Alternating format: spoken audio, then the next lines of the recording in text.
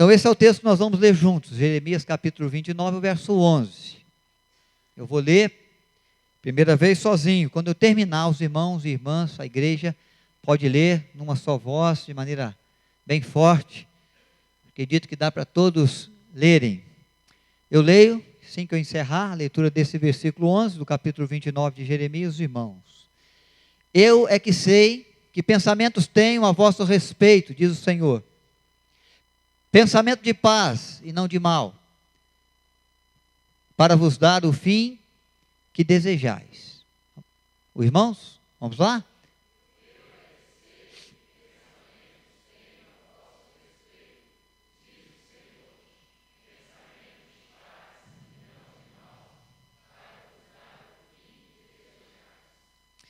Irmãos, um dos maiores conflitos e lutas que travamos com Deus é com respeito à nossa vontade e à vontade de Deus para conosco. Porque é bem verdade que nós sempre gostaríamos e desejamos de que a nossa vontade seja feita no céu e na terra. Aqui na terra de preferência, nos nossos dias, nos nossos afazeres, nos planos que temos, nas lutas que travamos, nos problemas que vivemos. Sempre entendemos na nossa humanidade que nós temos a melhor saída, nós sabemos fazer a melhor escolha, e que o nosso plano e o nosso projeto é o melhor plano e o melhor projeto para a história das nossas vidas, da nossa casa, do nosso país, do mundo. Na nossa humanidade nós achamos assim que é fácil resolver, é só fazer do jeito que a gente entende que precisa ser feito. Então nós travamos uma luta muito grande com o Senhor quando as coisas não começam a acontecer como nós planejamos. Nós começamos a viver um problema de conflito com Deus quando as coisas começam a ocorrer exatamente contrária à forma como nós gostaríamos. Nós pensamos que deveria ser feito de um jeito, mas as circunstâncias vão acontecendo de outro. O povo de Israel vivia essa situação. Eles gostariam de ter vivido a invasão babilônica de jeito nenhum.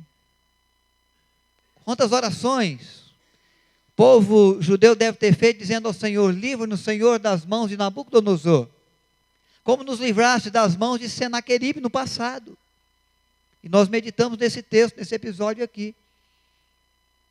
Mas a vontade de Deus agora era outra, era que Nabucodonosor viesse, é que um cativeiro fosse estabelecido. E o povo judeu começou então a questionar e começou claro, entrar numa contenda com o Senhor, porque não é vontade de ninguém ver os seus filhos cativos, ver o seu povo tomado por um outro povo, por um outro rei, por um outro governante, ver os seus exércitos sendo derrotados, vendo a sua liberdade sendo restringida,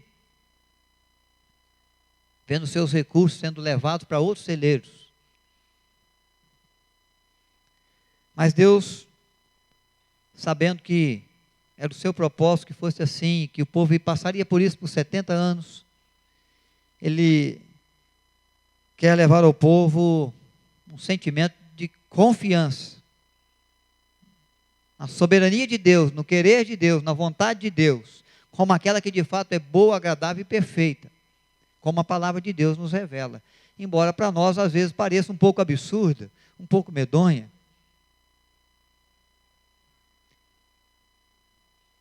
Mesmo que em algumas circunstâncias nós pensemos assim: Deus acho que não nos ouviu, ou Ele não entendeu muito bem, ou se esqueceu de mim. Então o Senhor quer deixar algo muito claro, apesar das circunstâncias adversas, do momento difícil, do tempo de cativeiro, de escravidão. E o que Ele deixa de lição e de ensino para nós nesse texto, a primeira lição é: Deus pensa em mim. Esse versículo, o Senhor é muito claro: eu é que sei o pensamento que tenho a vosso respeito. Deus está dizendo a cada cidadão dos judeus, aqueles que tinham seus questionamentos, as suas dúvidas, as suas incertezas, fala: olha, fique tranquilo, eu é que sei o que eu tenho pensado com respeito a cada um de vocês. Eu penso em vocês. Eu não me esqueço de vós. Eu sei das vossas lutas, eu sei da sua angústia, eu sei dos seus planos e projetos, eu sei de como você gostaria que fosse, que as coisas acontecessem. Eu sei das suas necessidades, eu sei dos seus temores e sei também das suas preocupações.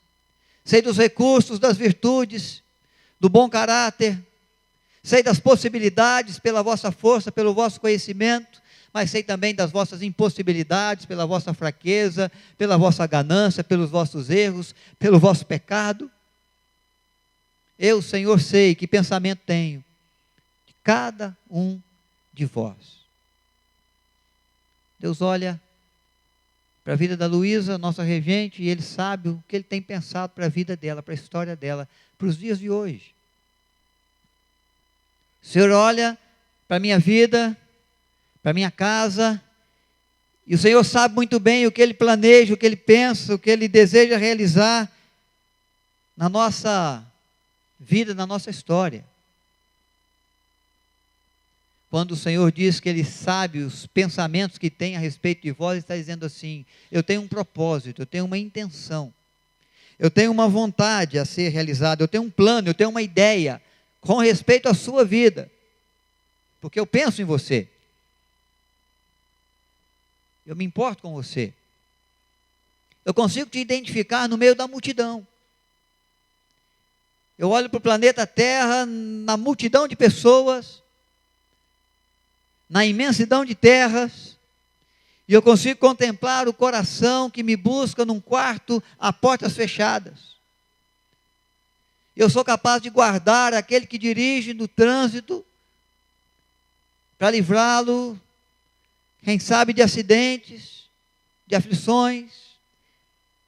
Eu sou aquele que olha para a mulher que chora pelo filho e que consegue pesar-lhe as angústias do coração e da alma. Eu, Senhor, sou aquele que penso em você, nas suas lutas, nos seus sonhos, nos desafios que a vida lhe tem trazido, nas oportunidades que você tem vivenciado, também nas portas que têm sido fechadas, nas impossibilidades, em razão da vossa pequenez.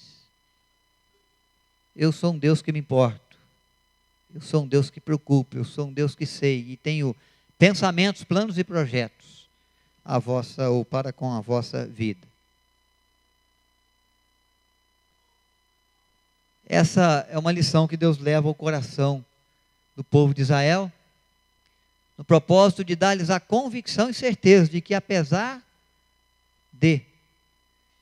dos tempos difíceis, o Senhor não parou de pensar neles, de ter planos, de ter ideia, de ter vontade, de ter um propósito, de ter uma intenção com as suas vidas e nas suas vidas. O Senhor não se esqueceu de você. O Senhor não se esqueceu de mim. E o Senhor tem planos na cabeça dele, na mente dele, que envolve a nossa história. Há um plano de Deus para a existência de um coral numa igreja. Há um plano de Deus para você estar aqui nessa noite, não em qualquer outro lugar que você poderia estar. Há um propósito de Deus com a nossa vida, com o nosso trabalho e até com as lutas que nos sobrevêm, porque Deus tem uma intenção, quem sabe nos arregimentar, nos fortalecer, quem sabe chacoalhar um pouco a nossa vida, para nós percebermos aquilo que na bonança nós não percebíamos. E às vezes Ele nos leva um pouco ao deserto, ou nos deixa vivenciar tempos de tempestades, de mar revolto.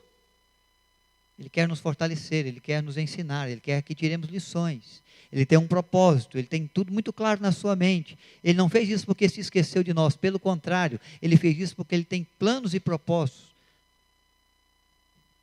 com a nossa vida. É bom saber, irmãos e irmãs, que Deus pensa em mim. Você já imaginou a grandeza, a preciosidade disso? Nosso Deus é dono de tudo. Ele do nada fez todas as coisas. O mundo que nós vemos, o mundo onde vivemos, é obra da sua criação, das suas mãos. O Senhor é aquele que estabelece reis, governantes. E a Bíblia diz que nenhuma autoridade é dada senão pela permissão e vontade de Deus, na sua soberania, na sua grandeza, no seu poder. Que Ele estabelece reis, mas que Ele derruba também. E que nenhum ser humano pode resistir ao agir da sua mão. E de que nada é impossível para o Senhor fazer, ou demasiadamente difícil. Um Deus que se assenta como Senhor de tudo e de todos. Que governa a história, não apenas a história da minha vida, mas a história da humanidade, a história do mundo. Tudo está nas suas mãos. O que não tem mais o controle da minha mão, o que já passou para muito além dos meus planos e projetos, continua no controle de Deus, no agir de Deus, na capacidade de Deus de atuar, de fazer, de quebrantar, de conduzir. E esse Deus grandioso é aquele que ergue a sua voz para dizer ao povo de Israel, num tempo de cativeiro: eu, Senhor, tenho pensado em vocês. Um Deus que estava muito acima de Nabucodonosor, que chegou a colocar em Nabucodonosor, aquele que invadiu Israel e que lançava temor e tremor ao coração de alguns judeus, uma loucura, de tal maneira que este homem foi viver como um animal no pasto. Ele comia grama, cresceu seus pelos, ele ficou enlouquecido na sua mente, na sua memória, até que ele ergueu os olhos aos céus, e um dia ele reconheceu que só o Senhor é Deus, e que acima do seu governo como imperador de um grande império, estava o poder soberano de um Deus que tudo pode, que está acima de todos os deuses, de todos os reis da terra. Durante o período desta loucura, Deus não deixou que ninguém lhe tomasse o trono, embora muitos tentassem. Porque Deus tinha planos, tinha uma ideia para realizar, tinha um propósito para fazer. E quando eu penso num Deus tão grande, que pensa em mim, que contempla a minha vida, eu não posso ter outro sentimento senão agradecer e descansar nos braços de um Deus assim, que apesar da sua grandeza e poder, se importa com alguém tão pequeno, tão falho, com o ser humano, que na sua humanidade é tão frágil, que hoje está aqui, que amanhã se foi. Uma outra lição de Deus ao povo e convicção é que Ele pensa em mim e em você, e Ele pensa o melhor. Os pensamentos, diz o Senhor, não são para o mal. O que eu penso com respeito a Israel, o que eu penso com respeito ao rei de Israel, o que eu penso com respeito ao povo de Israel, Deus está dizendo por meio de Jeremias, não é algo que me provoque prejuízos e danos. Não é fruto de um coração maldoso. Não é a ação de um Deus que só pensa em punir. O que eu penso a vosso respeito é algo bom. Eu sei que pensamentos tenho a vosso respeito, diz o Senhor. Pensamentos de paz e não de mal. Um Deus, irmãos, que além de se importar com a minha vida, só pensa para mim o bem. O que for me abençoar, o que for me ajudar, o que for me fortalecer, o que for me corrigir para me tornar uma pessoa melhor, o que for me ajudar a refletir sobre a vida e quem sabe viver as conversões, as mudanças que eu preciso viver, para o bem da minha casa, para o bem da minha história, para o bem dos meus amigos, para o bem da igreja e do reino de Deus. Um Deus que pensa e que quer a minha paz e não a minha aflição, e não a minha angústia, e não ver o meu coração atemorizado, e não ver a minha vida sem o descanso da noite, do sono, que renova as forças, que traz de volta o vigor. Um Deus que no seu poder e grandeza pensa naquilo que é bom para mim, que quer o meu bem.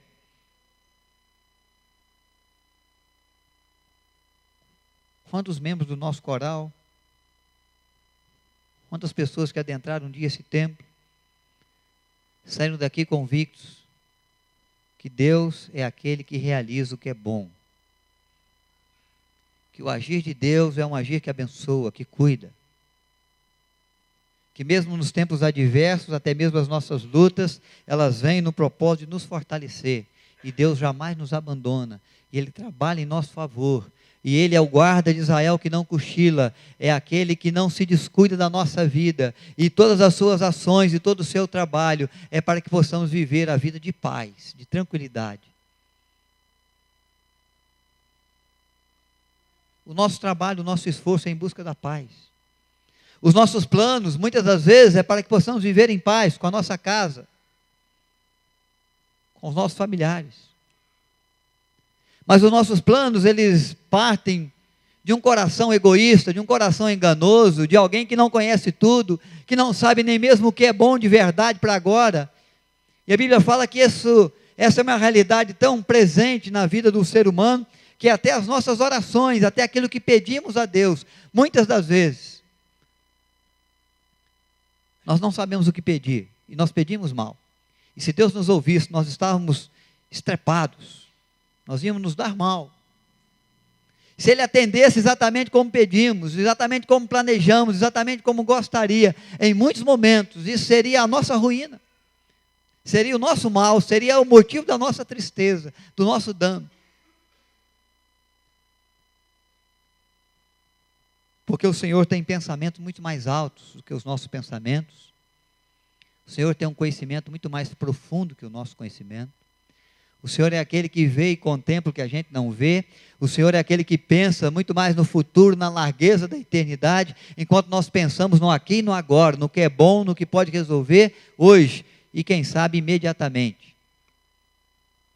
E nós estamos cansados de ver e de saber que as soluções imediatas, que as soluções do hoje, e que quem pensa muito somente num dia, toma as decisões mais erradas, e comete muitos erros, e fere muitas pessoas, e toma caminhos muito podres e sujos,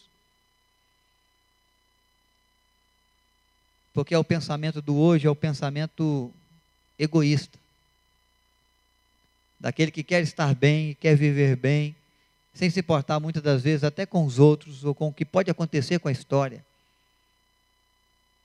O Senhor Deus está dizendo àqueles irmãos, num tempo difícil, olha, eu penso para vocês, e podem ter convicção e certeza, que quando eu penso em você, eu penso para o seu bem, eu penso naquilo que é bom, naquilo que promove a paz, e nunca naquilo que de alguma maneira desperta o mal. Jó, irmãos, estava enfermo. E Jó é para nós o exemplo de homem que sofreu. E ele sofreu em todas as áreas possíveis do sofrimento humano. Porque ele sofreu com as perdas financeiras, ele perdeu tudo que tinha e era um homem rico. Ele perdeu a sua família porque perdeu todos os seus filhos e filhas. Ele perdeu a sua saúde porque ele ficou a ponto e muito próximo da morte. Seu corpo foi tomado de feridas. Sua vida foi invadida por enfermidades.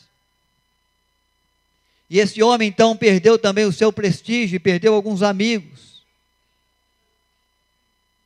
E dentro do seu sofrimento, ele vai expressar ao Senhor, no momento da sua oração, a seguinte frase: por que escondes o rosto de mim, Senhor? Por que me tens como inimigo? E Deus é aquele que no tempo oportuno vai trazer de volta a alegria de Jó, vai dar a ele um crescimento no conhecimento de Deus, a ponto de Jó chegar a dizer: Senhor, eu te conhecia só de ouvir falar, mas agora os meus olhos te veem. E Jó vai chegar à conclusão de que, mesmo passando por aquele tempo adverso, de dor, de sofrimento, o que Deus pensava com respeito a Jó, era algo para promover o seu bem e a sua paz. Deus restituiu Jó de todos os seus recursos. Deus tornou a dar a Jó filhos e filhas. Deus restaurou a saúde daquele homem. Deus manteve o seu nome agora ainda maior do que o nome que ele tinha antes. Deus deu paz ao coração desse homem depois de passar pelo tempo do sofrimento, da dor. Porque Deus é aquele que pensa na nossa vida, que se importa conosco.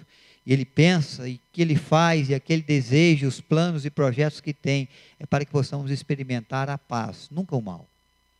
Deus não quer o seu mal. Deus não quer a sua dor. Mas Deus trabalha às vezes a partir da dor, a partir do sofrimento, a partir dos tempos adversos, para que possamos crescer no conhecimento que temos do Senhor e nas experiências de vida e caminhada com Ele. Para que possamos, quem sabe, experimentar de Deus e poder dizer, como Jó disse, eu conhecia de ouvir falar. Senhor, milagres como esse, feitos extraordinários como esse, cuidado como esse, eu ouvia dos meus irmãos contar. Mas agora eu posso dizer ao Senhor que eu tenho que contar para eles também, porque os meus olhos te veem, os meus olhos contemplaram o teu agir na minha vida, na minha história. O Senhor é aquele que é capaz até de transformar o mal que os seres humanos intentam contra nós em bem. E aí o personagem não é Jó, mas é José, aquele que foi vendido pelos seus irmãos, porque os seus irmãos sim, queriam o mal de José. Queriam vê-lo morto, queriam vê-lo pelas costas, por uma inveja que brotou no seu coração. E Deus o levou numa caravana de midianitas ao Egito, e ali ele passou pela casa de Potifar, e ele passou pela prisão, mas Deus reservou o momento em que ele pudesse ser exaltado no Egito e colocado como o principal governador do Egito, o primeiro homem abaixo de Faraó, o rei do Egito, soberano monarca. E José administrou os recursos, todos os recursos do Egito. E a sua família e outros povos e famílias foram salvas pela boa administração de José no conduzir das colheitas que o Egito produzia. E no tempo da seca e no tempo da escassez de miséria, o Egito tinha alimento para o seu povo e para outros povos da terra. E os seus irmãos vêm até José e são acolhidos por ele. Mas quando seu pai morre, eles acham que José ia lhe pagar. Ia dar o troco de todo o mal que eles intentaram contra ele. E eles se reúnem com José. Em Gênesis capítulo 50 você pode encontrar esse texto. A narrativa dessa história. E José então vai lhes falar da parte de Deus, e vai dar aos seus irmãos a seguinte notícia: fala, olha, vós na verdade intentastes o mal contra mim. Se é uma verdade, vocês quando pensaram em mim, pensaram com maldade. Mas acima de vocês há um Deus soberano, que pensa na minha vida, que tem planos e projetos para a minha história, como para a história de qualquer ser humano, de qualquer homem ou mulher. E esse Deus transformou o vosso mal em bem, para que pudesse preservar tanta gente com vida. Eu vou cuidar de vós, eu vou cuidar dos vossos filhos, eu vou lhes dar a melhor terra do Egito. E diz o texto que quando José falou isso aos seus irmãos, eles choraram, e José lhes levou paz ao coração.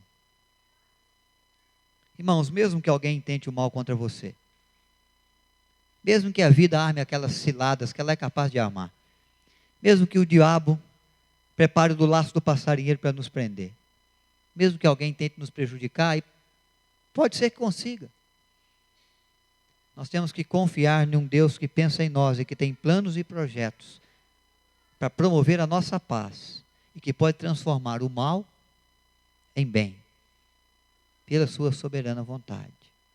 Uma terceira lição para a nossa reflexão nesta semana, irmãos, é que o Deus que pensa em mim, o melhor para mim, é aquele que tem o melhor propósito. O melhor propósito para a minha vida. Eu aqui sei, diz o Senhor, os pensamentos que tenho a vosso respeito. Pensamentos de paz e não de mal, para vos dar o fim que desejais. O que Israel queria? Um dia ser livre do cativeiro babilônico. Poder tomar as famílias e ver regressar à terra. Retomar as colheitas. Reconstruir as cidades. Estruturar as suas divisas e fortalecer as suas divisas de terras, como nação. Ver a criança crescer sabendo que não seria tomada cativo para nenhum serviço. Poder conduzir a sua nação em paz, com ordem, com progresso, com boa produtividade. O Senhor está dizendo, fiquem tranquilos. Eu penso em vós, eu tenho o melhor para vós, eu tenho para vós caminhos de paz. E quando chegar o momento certo, vocês vão ver os seus filhos retornando às suas casas, às suas moradas, aos seus campos. Vocês vão ver a cidade sendo reedificada, vocês vão ver a nação sendo fortalecida. Porque eu, Senhor, sou aquele que tenho para a vossa vida o melhor propósito.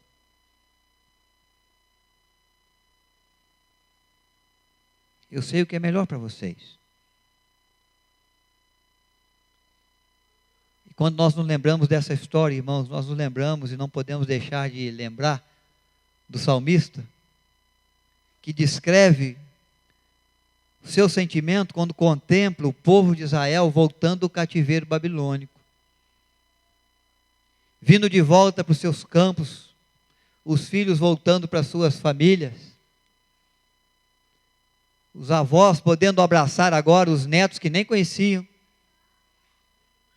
E o salmista vai dizer, quando o Senhor restaurou a nossa sorte, ficamos como quem? Sonha. E a nossa boca se encheu de rios, e a nossa língua de júbilo, e entre as nações se dizia, grandes coisas o Senhor tem feito por eles.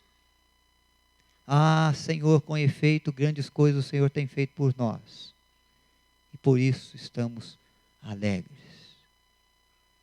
Deus havia anunciado isso a Jeremias, muitos anos antes disso tudo acontecer. Ele só dizia ao povo, confia em mim, eu penso em vocês. Confia em mim, o meu pensamento é de paz. Confia em mim, e vocês vão alcançar o desejo do vosso coração. E vai acontecer de fato como vocês desejam e esperam. Haverá um momento. Irmãos, é claro que Deus pensou muito mais em nós, em Cristo.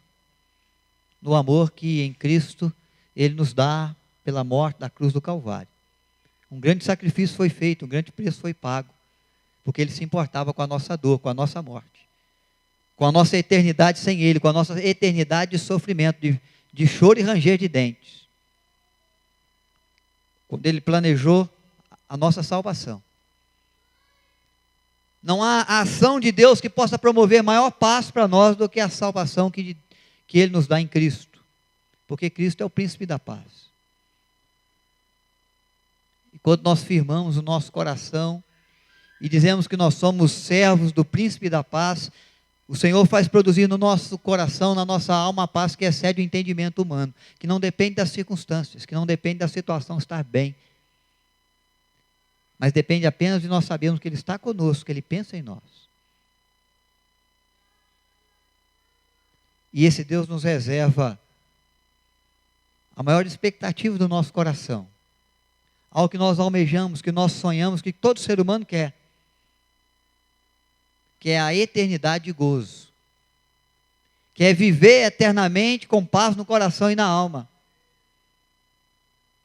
mas que só Deus, aquele que pensa em nós, e que realiza o que é bom para nós, e que não mediu esforços para realizar o melhor em favor da nossa alma, em Cristo Jesus, pode nos dar a eternidade que nós sonhamos, que nós esperamos. Pode fazer exatamente na medida das nossas expectativas, ou melhor do que isso, mais do que pedimos ou pensamos, porque nem olhos viram, nem ouvidos ouviram, nem jamais penetrou o coração humano, o que Deus tem preparado para aqueles que o amam. Nas canções que nós ouvimos, na história do coral desta igreja, existe a soberania de um Deus que olha para cada um e diz: eu tenho um plano para você, eu penso em você, eu me importo com a sua vida. Tem um Deus realizando o que é bom, trazendo paz para a alma, e tem um Deus planejando um coro celestial, uma eternidade de gozo, onde não há choro, não há ranger de dentes, não há tristeza, não há angústia, não há mágoa, não há pecado, que o Senhor reserva àqueles que o amam, que o buscam e que nele esperam.